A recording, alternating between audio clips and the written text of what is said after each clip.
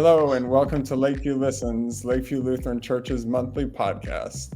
Each month we are here to provide space for experiences, ideas, and people that have significant impact on our communities, both large and small.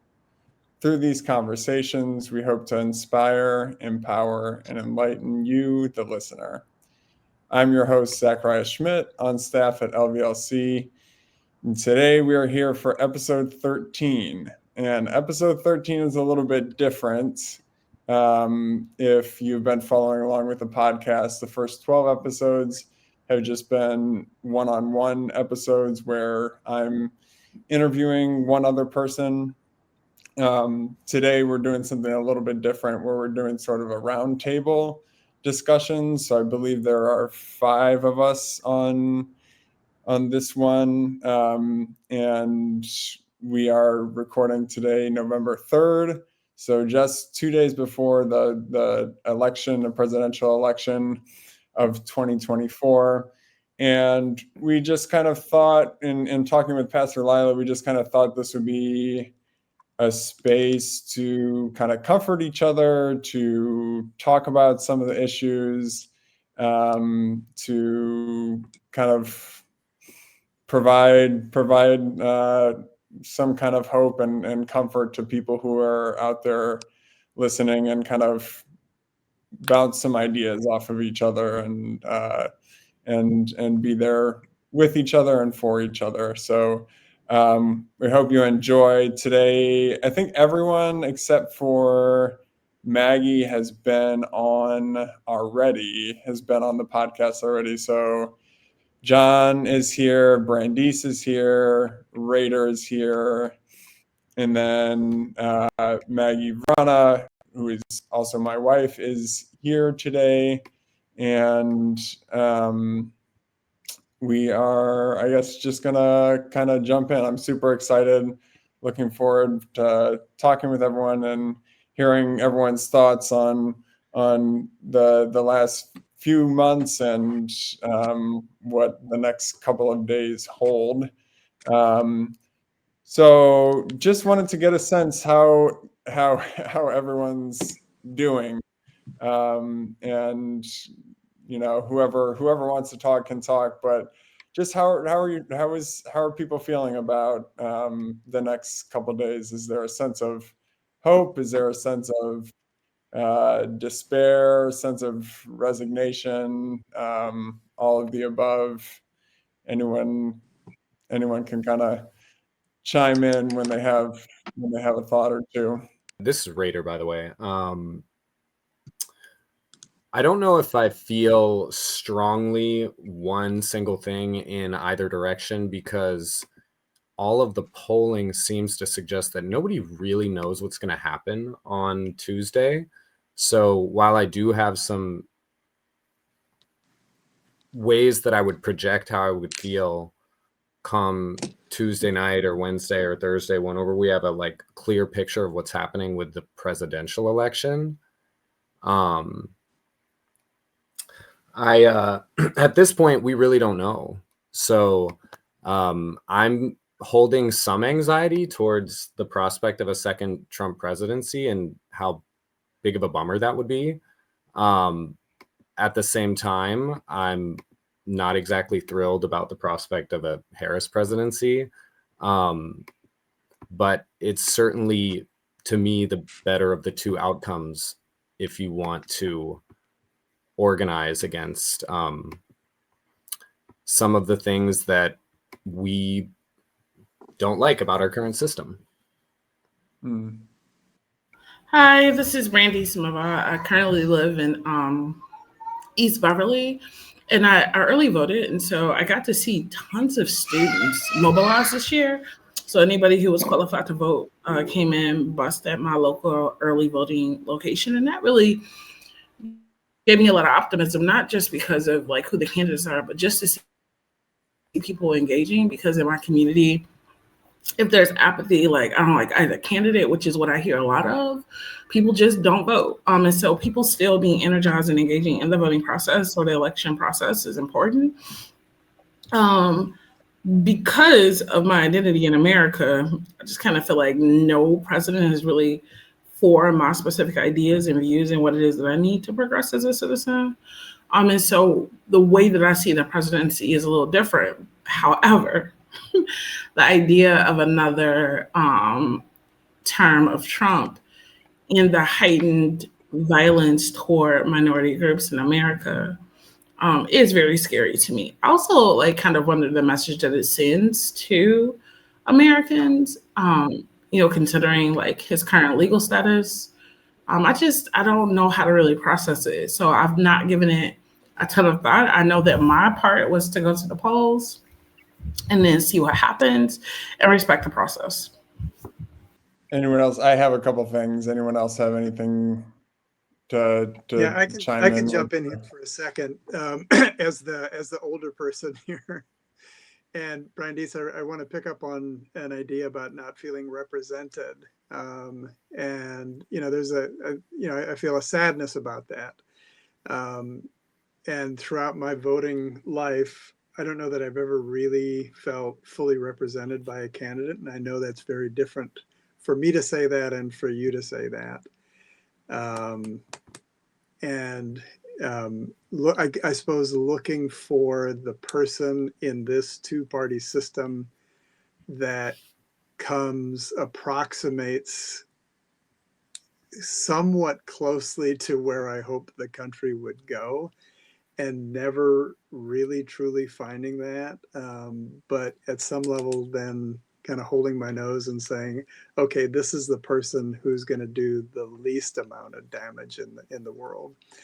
So as introduction, I wanted to say that. And then secondly, to your first question, Zachariah, yes, hope, despair, anxiety, anger, frustration, disbelief that in this election season in particular, people have been saying and getting away with saying so many hurtful, racist, misogynist, xenophobic things that have always been there, I suppose, but just the openness with which people are willing to say that kind of thing and really get away with it is really really sad, really sad for me, I think for our country as well.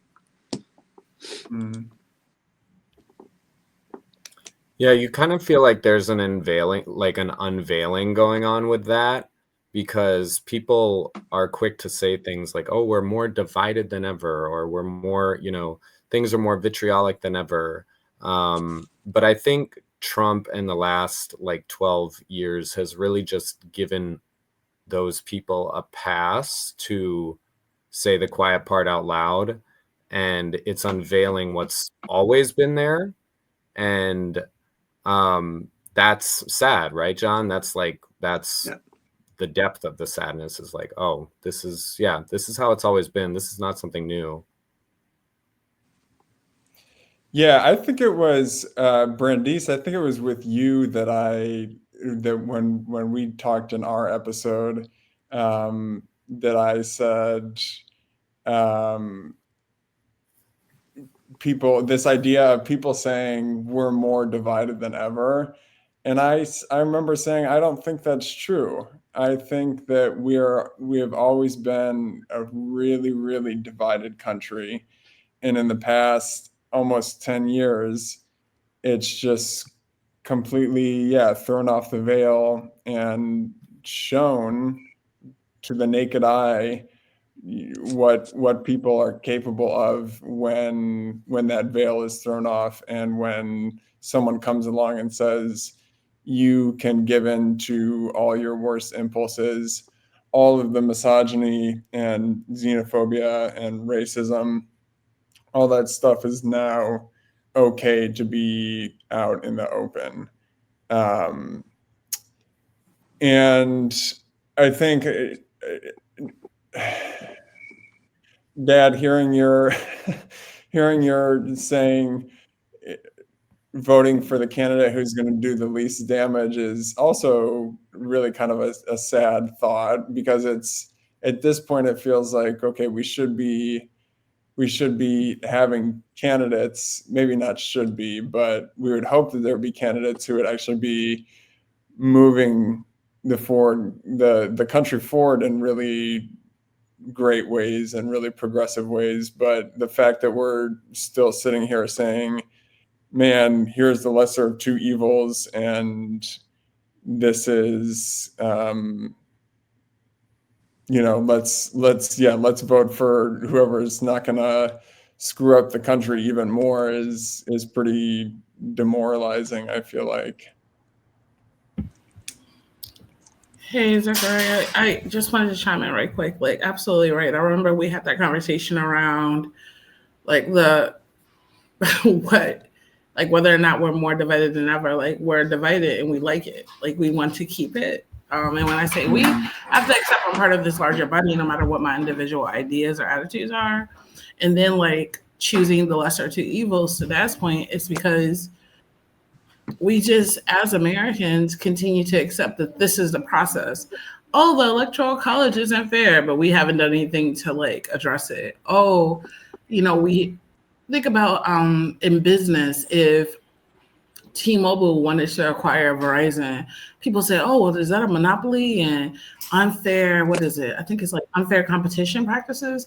But then the biggest monopoly on elections are between Democrats and Republicans, where other ideas like libertarians and greenhouse don't even get a platform. Like, we're not addressing that at all.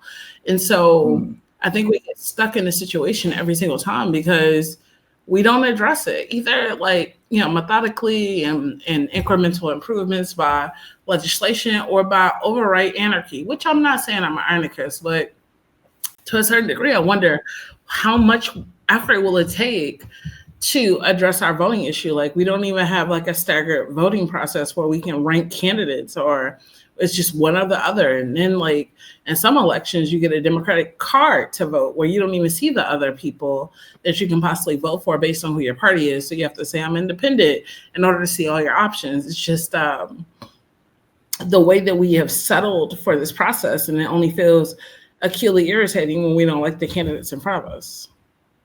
It also feels very distracting ultimately, which I think in a lot of ways serves people who want a lot of power and want to hang on to that power, because if you can sort of distract and then enact policy that continues to oppress and exacerbate oppression, then you make people scared and angry, which is only going to make people more likely to give in to their worst impulses that they're also seeing mirrored in their leaders. And then all the while those people maintain power. Like, it's a really bizarre cycle, but yeah, as a bit of a positive feedback loop when the people in power,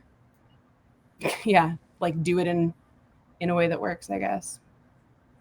I think to the two-part, kind of extending this and going back to the two-party thing too, it's like, I think with what Maggie and Brandies said, it's about how do you build power, and it is really frustrating when you do get to actual election time and there's sometimes those options on the ballot for you to quote unquote vote your conscience or vote for someone who actually does represent you as a voter, but doesn't have a realistic shot to win at that point on that day. It's acutely frustrating to know that, oh, like, am I really voting my conscience then? Because I know that this is not a realistic thing that's going to happen in the context of this actual election right now. So I think, like Brandies, you mentioned being a Bernie supporter from the beginning, and I identify with that as well. And it was, whether it was in 2016 when Debbie Wasserman Schultz and the DNC conspired to kind of get him out of the way, or in 2020 when Obama and Jim Clyburn kind of swooped in and say, okay, let's get everyone out of the race. So let Biden, you're the one.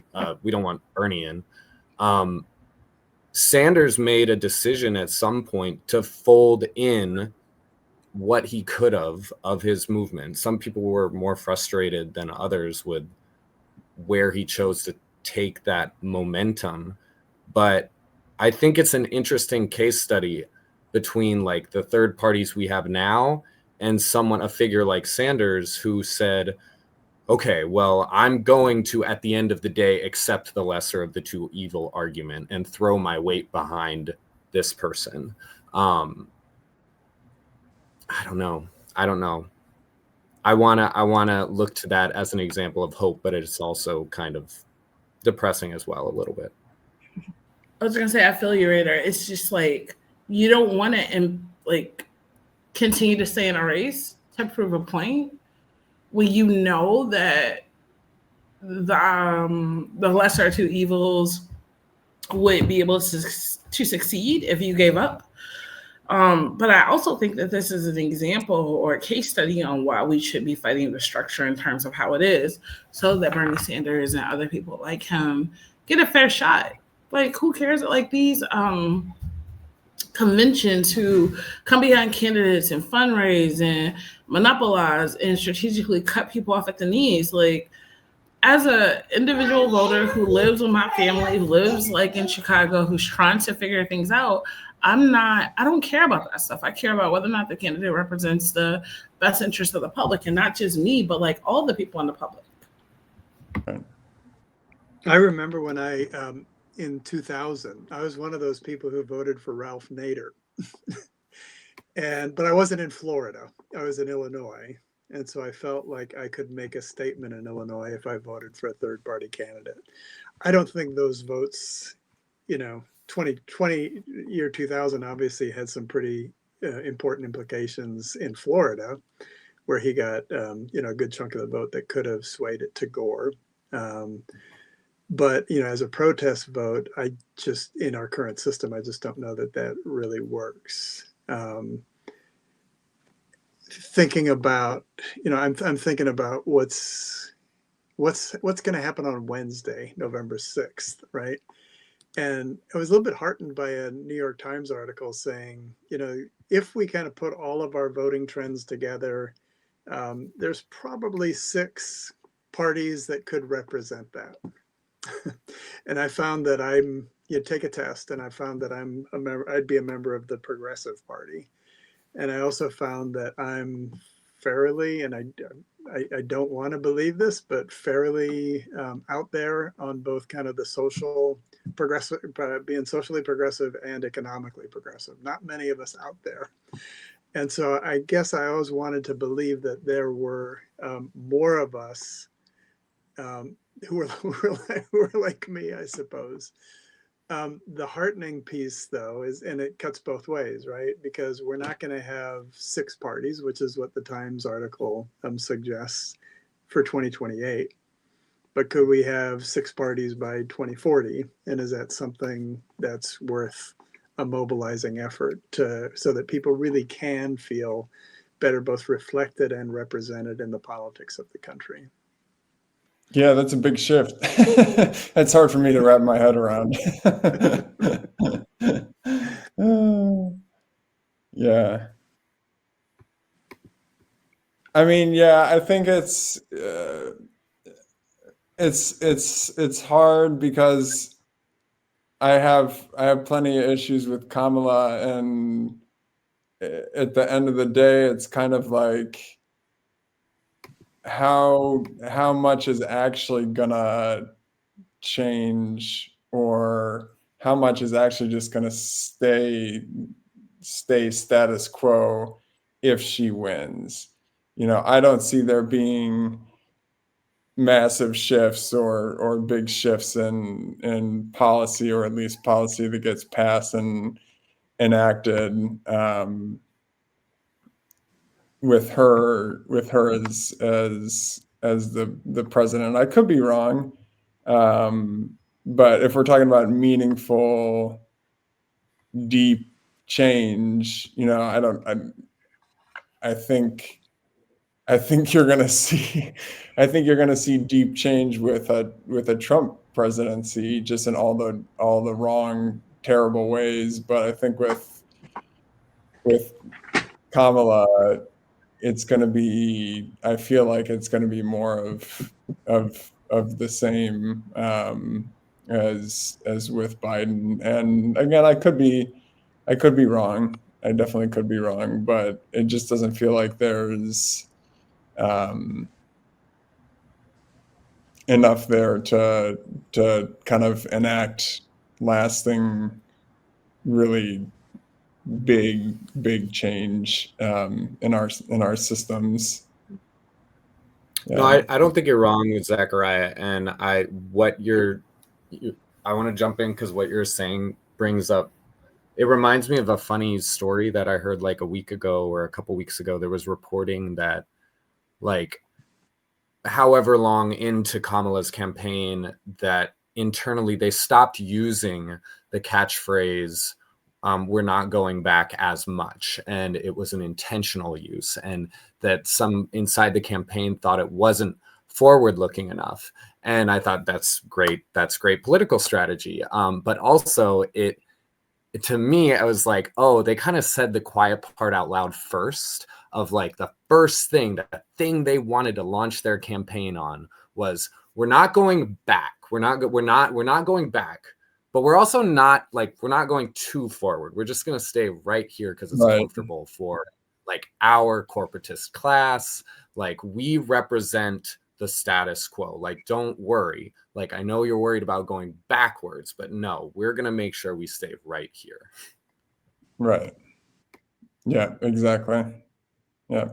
And the scary part about right here is no gun control, no proper like federal funding, no coverage, at least like for the right for women to choose what they want to do with their own bodies. Like, all I hear is like, I'm better than him. And it's so frustrating. Like, I would love for her to come out and say, I'm going to undo all the junk that he did, that Biden left as a vulnerability, and roll the ball forward a little bit. But I think like one of the things I struggle with all candidates is like idealism and what you sell me versus reality. Because as president, like, you really depend on like the rest of the political system to support you. So if Congress isn't behind you, if the House and the Senate don't come together appropriately, there's only so much you're going to be able to do. You can say, I'll push for it, I'll talk about it, I'll run campaigns for it, but if we don't have the right numbers to support it, it doesn't make any sense.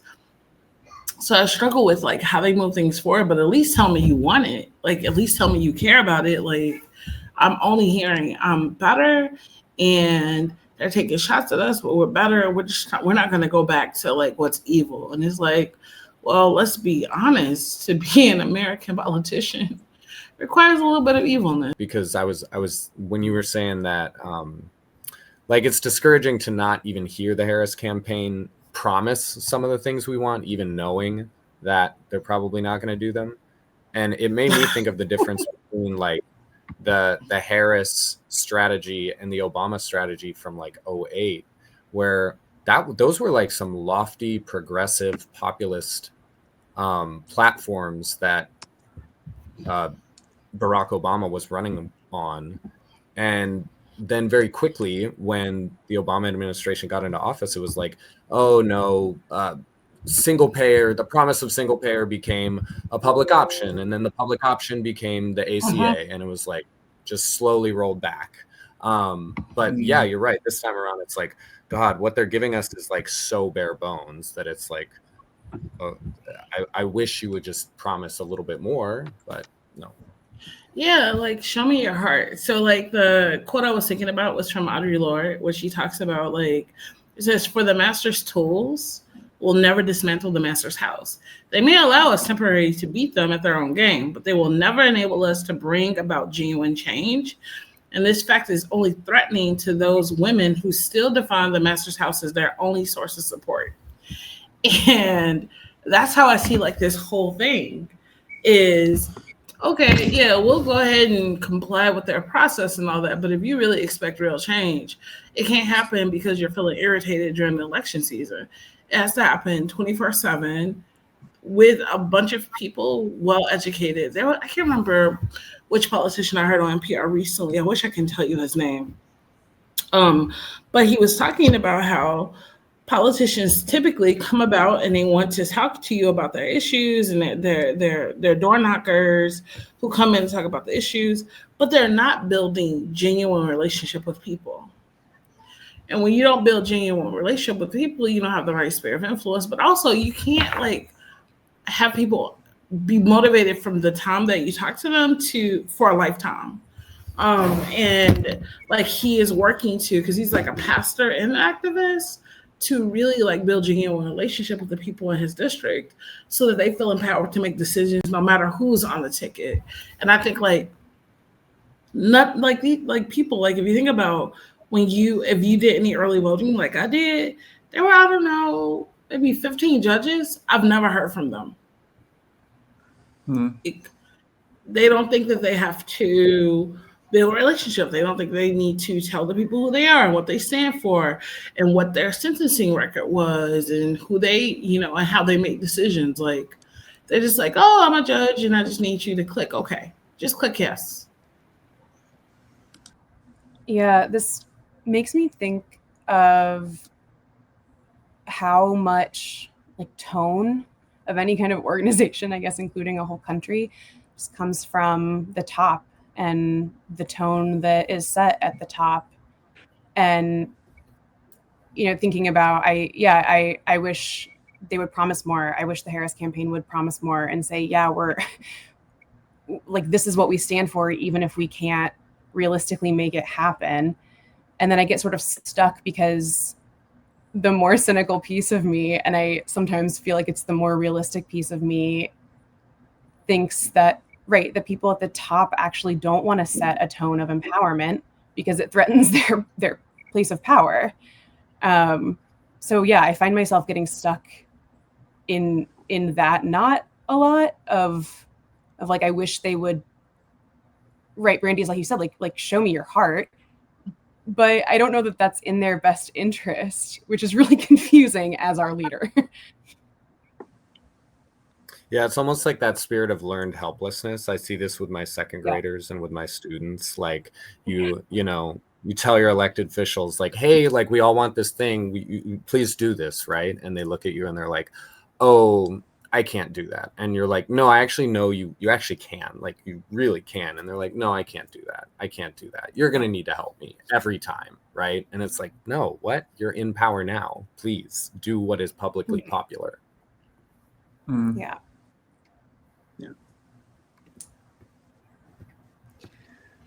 All right, so I have I just want to say one thing real quick. And I do feel like, people talk about democracy as being revolutionary and the best idea, but democracy is also super messy and it's also centrist.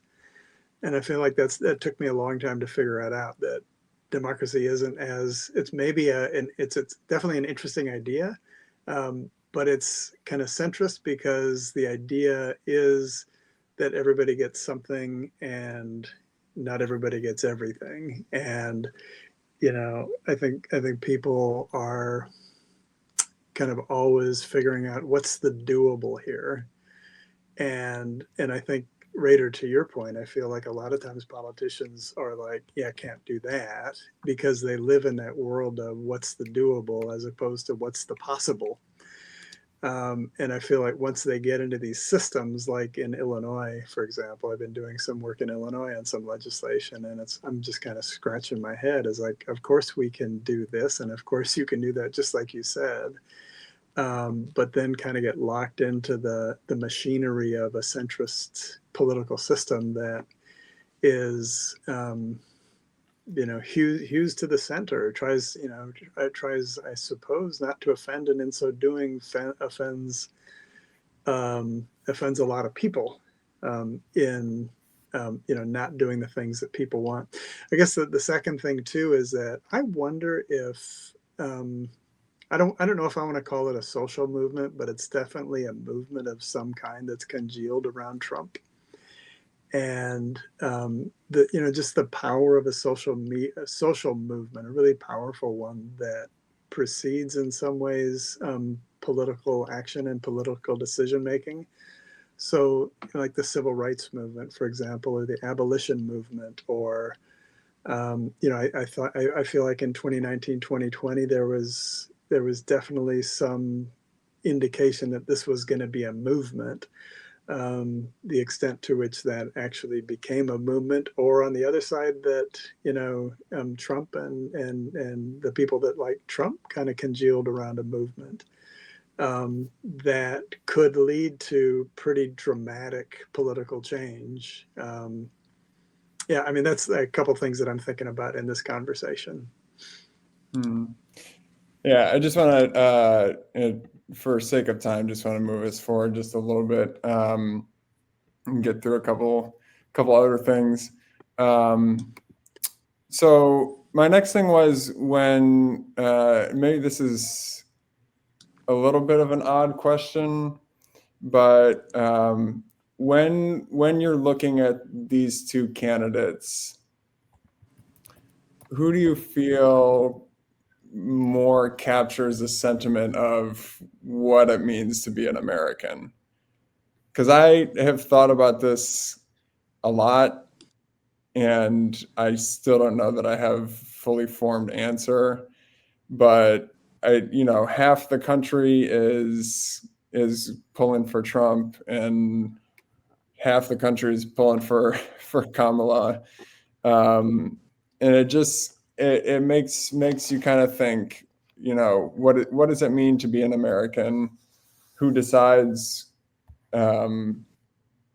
what it is to be an American?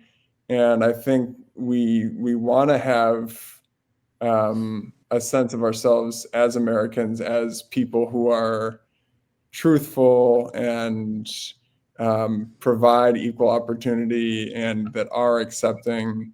But is that really the case a lot of the times? I would argue probably not. So I guess that's the question in my mind, is looking at either Kamala or Trump, who better encapsulates the American spirit, I suppose, as we look at it a couple days before the election. Thanks for the question, Zachariah. I was listening to how you described like what it means to be an American for you, and I'm like, oh, that's so great. I am so happy to find another American who sees being an American like that. But I don't think that that's how Americans see what it means to be an American. I remember listening to an NPR section, and somebody was like, to be an American is to believe that America is a Christian country. It is military first, and it is pro-workers' rights. And I was like, okay, pro-workers' rights, cool, got you, bro. But the rest of it, I don't know. I think it'd be really interesting to gather like a definition of what it means to be American across the country and see what we come back with. My perception of what it means to be an American says that Trump represents American values, and maybe there's been a lot of progress technically with people trying to shape it and make it more inclusive as time goes, but clearly that can be undone by one president, the right for a woman to choose what she wants to do with her own body. So I don't know that there's any other candidate that I've seen outside of Nixon and maybe Reagan and Trump who best encapsulates what it means to be an American and represents it pretty consistently. I think that Kamala, as much as my support is behind her at this point, is really more like a response president than this is who I am president. I'm not clear on anything other than her defending herself, her trying to differentiate herself between herself and Biden, her saying that she's better than Trump, her saying that she wouldn't do this or that. Like, she at first was really behind the Green New Deal, and now she wouldn't ban fracking. So I think maybe that has come with experience and her idea around her ideas. And I'm not going to make somebody marry ideas before they had experience, because that would be, to me, the same problem that we have with asking presidents and elected officials to come off, perfect with a tie and the right suit color, and they've never had a scandal. That's ridiculous, because America is scandalous and people are scandalous, and we want to put puppets in office versus like people who really have lived life and have something to offer. So in short, my answer is that Trump is a better representation of American values and respect, and reflects what America is about. Do I like it? No, but I have not necessarily loved being a part of an American system and with people where I don't understand how they make some of the decisions that they make. Yeah. Yeah, I'm with you, Brandies. I think that it goes back to what Jon was talking about. Like, well, how do you want to view it? Do you want to view it as what's realistic or as what's possible? Like, what's realistic is that the United States of America has always been a white supremacist, patriarchal, imperialist project. So of course, Trump represents that reality.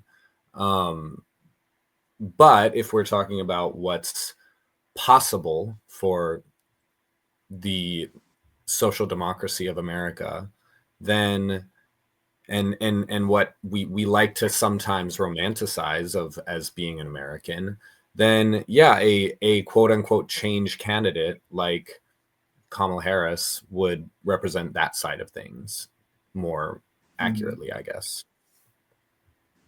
I agree. I think Trump represents so much of what this America has been historically. And Kamala, though imperfect, represents, for me at least, a piece of what America could be. And so much of that is unrealized, and we get kind of bits and pieces and glimpses of that over time. But still, as a project, I like that word that you use, Rader, as a project. I think Trump really embodies so much of what this project has been. And every once in a while, we get the glimpse of a person or a movement who tells us about our better angels, about what we could be.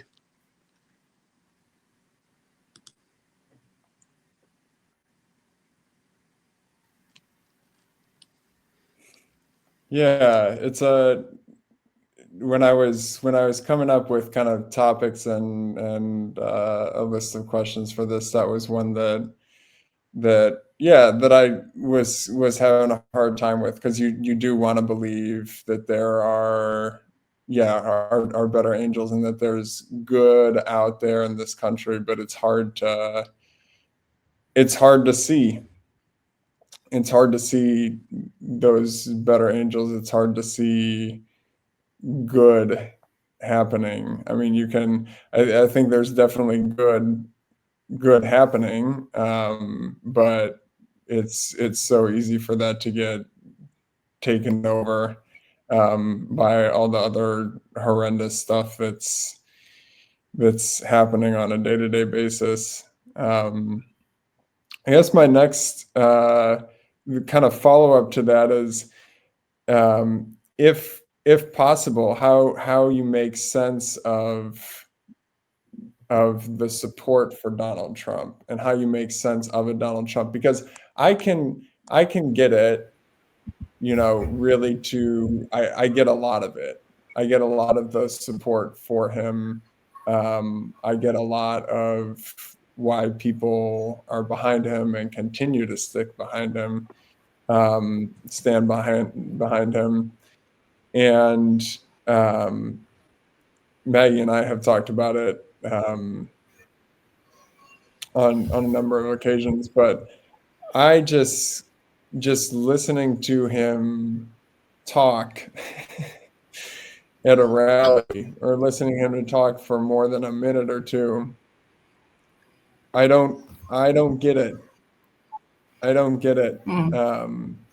I get the appeal of misogyny and xenophobia and racism and what he appeals to and the people that he appeals to, and giving people the opportunity to just be absolutely terrible people to one another, and to leave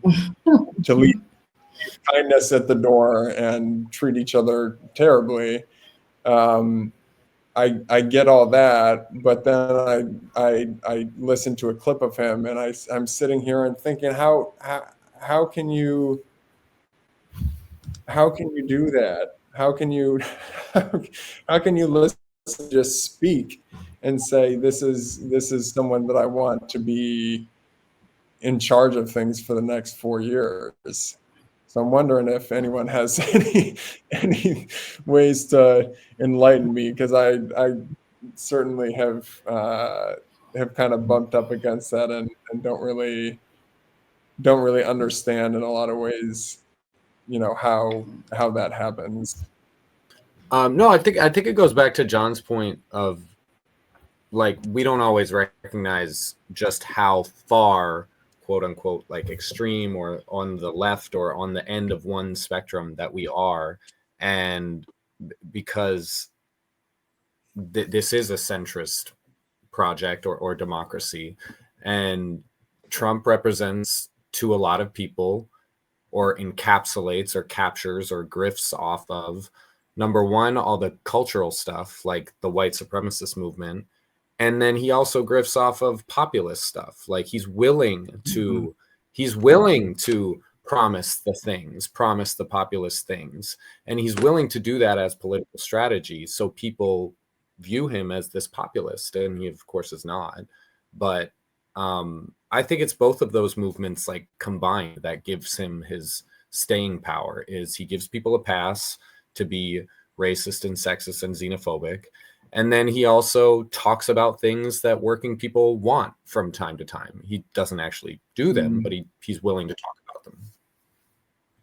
I was just going to say, I think Trump also, both like when you listen to even just the almost like the structure of his speeches, he lets you off the hook for everything. You don't have to think about anything, because he doesn't think about anything. He will sort of just like distract and then get angry about something or get lost. And then by then you're sort of confused and lost and have forgotten to be angry about the original point.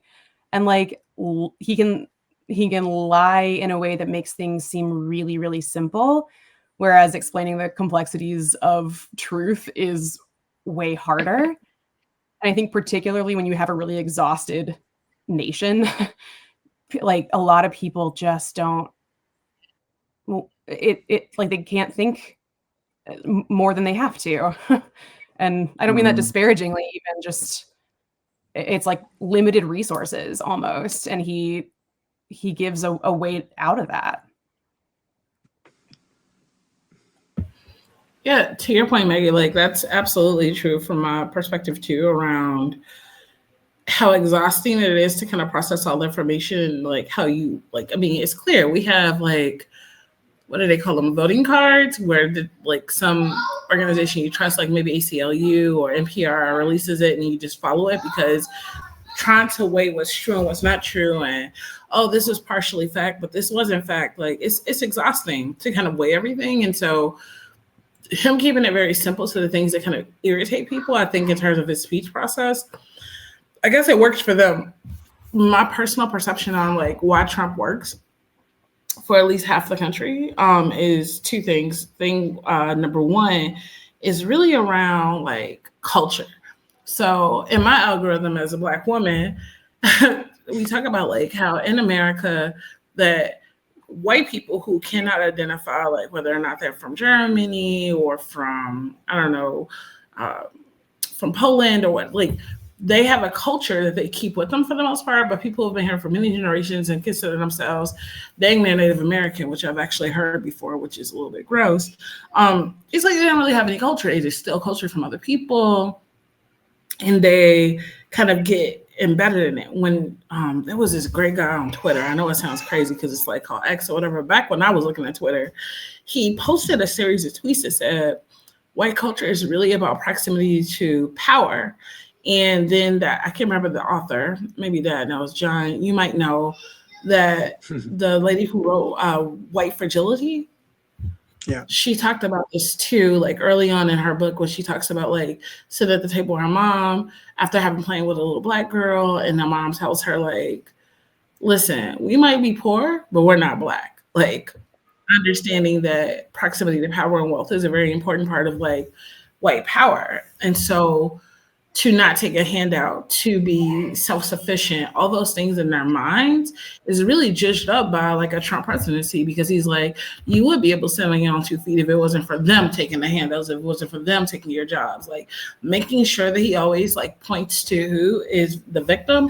Like right now, he tried to play it with Black people and it was Black jobs. And Black people being Black people just bought t-shirts that said Black jobs.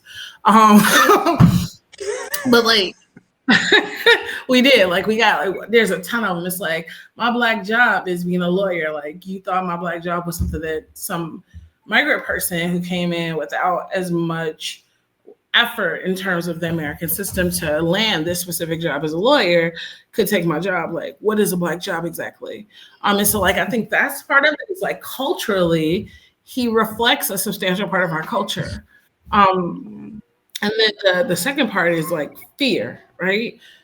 Fear is the kind of stuff that really gets you going. Like fear mongering has been a really important portion of what he represents. And people, like, when they go to sleep at night, what keeps you awake? Like Kamala's not like hitting those, and none of the other candidates are hitting those in the way that he does. Because even though I wouldn't listen to a thing this person says, I understand the response and the reflex that like, hey, yeah, reinforce my ideas around what's causing this, because I don't have any agency over what happened, that I am a victim, because victim culture is another big part of being an American. Like, oh my gosh, like 9/11 happened. And I'm not saying 9/11 was warranted, but you can only pick on little countries for so long and like take their resources before people strike back. Right. And so those are the kind of ways that I see him being very appealing and why people like fall to him. And then, I said 2 things. The last thing is Republicans, like, and conservatives, for as long as I've been a part of voting, I'm now 42, so I can't remember when I turned 18. I remember Clinton was the first person that I had to vote for.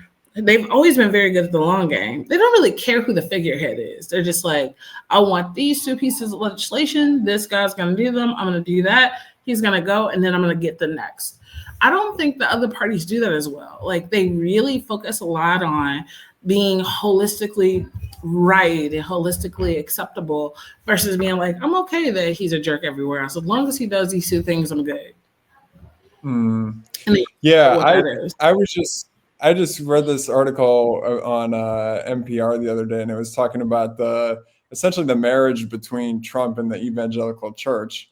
And this, the guy from NPR sat down with this pastor of this mega church and said, basically was asking, how has the evangelical church stood by Trump for all these years? How is this still happening? And it's what you just said, in that they're more concerned about what can the actual platform offer me, like what can the actual party offer me. So it's less about the candidate, that the singular candidate that is there, and more about what party is he or she aligned with, who, and in this case it's the Republican Party. So if you're sitting there and you want this and this, and there's the candidate who is absolutely miserable and awful, but he's tied to this party, then I guess that's the party that you're going to vote for, even if it's a reprehensible candidate. Absolutely. I would just add 2 things quick, and I'm glad you said that, Maggie, about fear, because I think fear is, as a tool, taps into the most basic human need to be safe, right? And so if you tell somebody's that to be afraid, that taps into our most reptilian brain. And so we either fight or we run or we get immobilized, right? But it's really it's tapping into something that's so deep. I feel the other piece is that he makes things easy, right? And I think that's why there's so much backlash against woke, because woke asks us to be thoughtful, to kind of consider history and politics and sociology and people. and to be kind and considerate and accountable in our work. And if somebody as a leader says, you don't have to be all those things, that's a nice pathway. Bernie, I think, was the one who, I guess you could call him a populist, but he was the one who was, I feel like, really naming important economic issues. But he wasn't saying, I'm going to solve those for you. There's an easy pathway here. He was saying, this is going to take a fight. And, Trump's not saying that. He's saying, here's the problems, and I'm going to fix them for you, and it's going to be super easy. And that's compelling for people, I think. Yeah. Yeah, it really is about that. I think that's a big thing for people who support Trump, the ease in which they can get their problems solved that not many other candidates offer, and not what reality is based in. You're going to have to put in the work, and you're going to have to struggle for it. With Trump, it's just like you just said, it's, I'm going to fix everything, lay back and kick your feet up and leave it to me, is one of his big things. I think you're absolutely right. Yeah.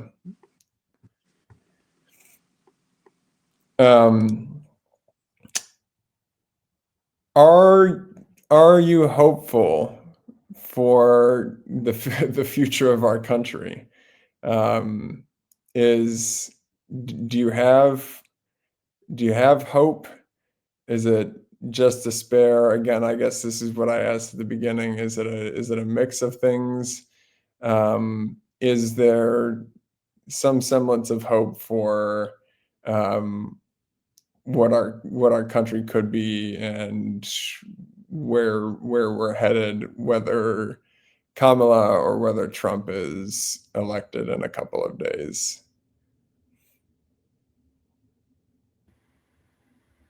I think that's a fascinating question, because I think it depends on how you look at hope. Like, maybe it sounds trite, I view hope as a verb. Like, hope is an active thing. Like, so hope is something you do. It's not something you hold. And so if it was something that just came to me passively, maybe I wouldn't have a lot of it, given the current climate. But I think it's something I think if you're a progressive person, and if you believe in some of the movements that need to happen in order to achieve what we think this country could be, it's compulsory to do hope, to actively hold hope in that, like, active way, in that doing way of, well, like what Brandies said at the very beginning, which was like, what are you doing on, not just what are you doing every 4 years, but what are you doing every day? What are you doing every week in your community? Not just those shallow campaigns that pop up every 4 years or every 2 years of, okay, I'm going to talk to as many people, I'm going to say this name as many times, which might work, but does it build deep power and change? So I think that is hopeful if you're involved in it, if you're actively doing it. Mm-hmm. Yeah, I appreciate that perspective a lot, particularly, like, so many of these social movements that I identify with and resonate with, that, like, a lot of the core of it just comes down to recognizing the basic dignity and, like, coolness of each human being that exists. And I think that's also something that, right, Rader, when you talk about doing hope, that's like, I feel like why I chose my job too, is because I get to see these cool, beautiful parts of people every day, even people whose politics I could not disagree with more. And that gives me hope. Like, that's really, really easy to get hope from, and to continue pouring hope, like pouring into that hope too. Well, I hate to be the Debbie Downer. Well, it just kind of felt like, hope for who? Like, and for what? Like, I think that America is what America is. Like, to be completely honest, I'm praying that I can find, like, some nice third world country where I can have fainting goats and a little bit of farmland and live out the rest of my days in peace. Like, I don't see America as a place that genuinely wants what exactly like the Constitution talks about. Now, so the Constitution initially, right, like those founding fathers, if you want to call them fathers, thought about it from their perspectives. Like there was nobody else at the table, so like that was them taking a whack at it. But if you think about intention, it was never intended for women. It was never intended for people of color. It was never intended for like immigrants. I mean, we tell laws like give us your poor and broken, with the Statue of Liberty, but like we're like demanding that we cut off like access through a process that we actually created ourselves for migrants seeking like refuge from like true devastation in their countries where pro-Israel to a fault. Like it's just maddening. Like I don't know. It just feels like we just continue to go down the same road as usual. And, I don't feel surprised by any of it. It is what it is. Do I feel hopeful? Not at all. Like, am I happy that every day that I get to live in this country as a privilege as a Black person in America who has access where at least if I went missing, somebody would look for me. I do have some rights that somebody is willing to enforce, but it's just not the same for me in my existence here. And so when I look around, like, hope, I wouldn't use that word. Do I hope, like, secretly through prayer and through my faith that, like, things won't get worse and that, this would be a more humane place? But America's not the only country with problems. Like, we see some of the same stuff happening in Europe. Like, it's just ugly. Even the leaders that we think are awesome in Canada, because I feel like that's been a lot of America's backup plan. Oh gosh, if Trump comes back, we'll just go live in Canada. Have you seen what's been happening in Canada lately? So like, I just think that every institution that exists is going to be at the mercy of the people who express it. And so America is just a reflection of humans. And while I'm hopeful that humans evolve over time, they don't owe me perfection that they serve and what they do. I just have to figure out how to navigate it. Brandies, I appreciate that. And I appreciate and trying to hold the kind of ideals of hope and what we could be. And, what you articulated there so nicely around, man, I just hope things don't get worse. Right. And that's a lot for you to live with. I think it's something that we all need to live with and understand more deeply.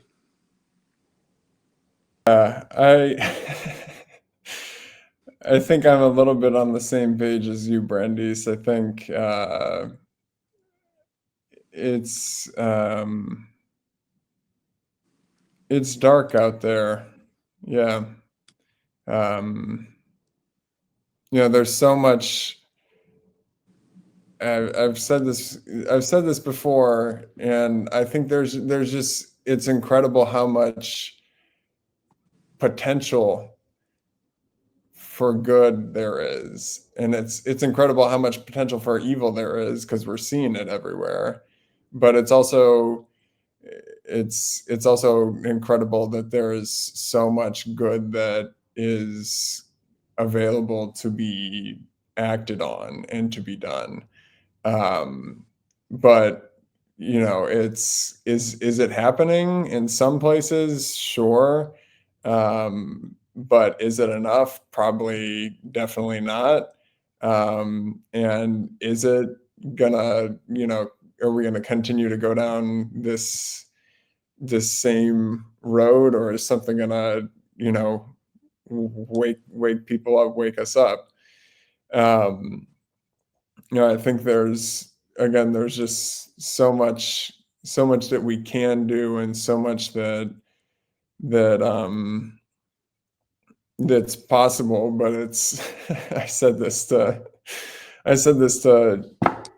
Maggie a couple months ago. I said, man, we can fly to the moon and discover all these crazy galaxies and all the technology and all the things that we've been able to do on this planet.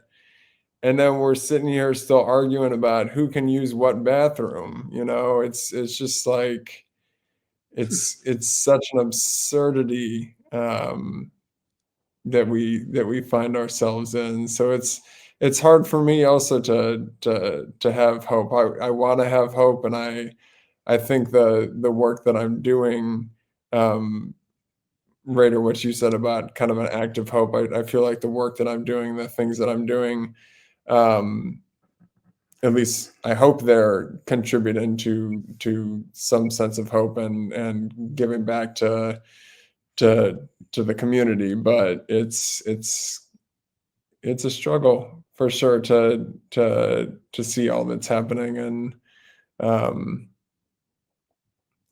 to sit with that day in and day out. And I'm a white cisgender male, you know. It's a lot easier for me than it is for a lot of other people. So I, you know, can only imagine. But anyways, not to end on such a somber note, but I do think we should probably wrap up.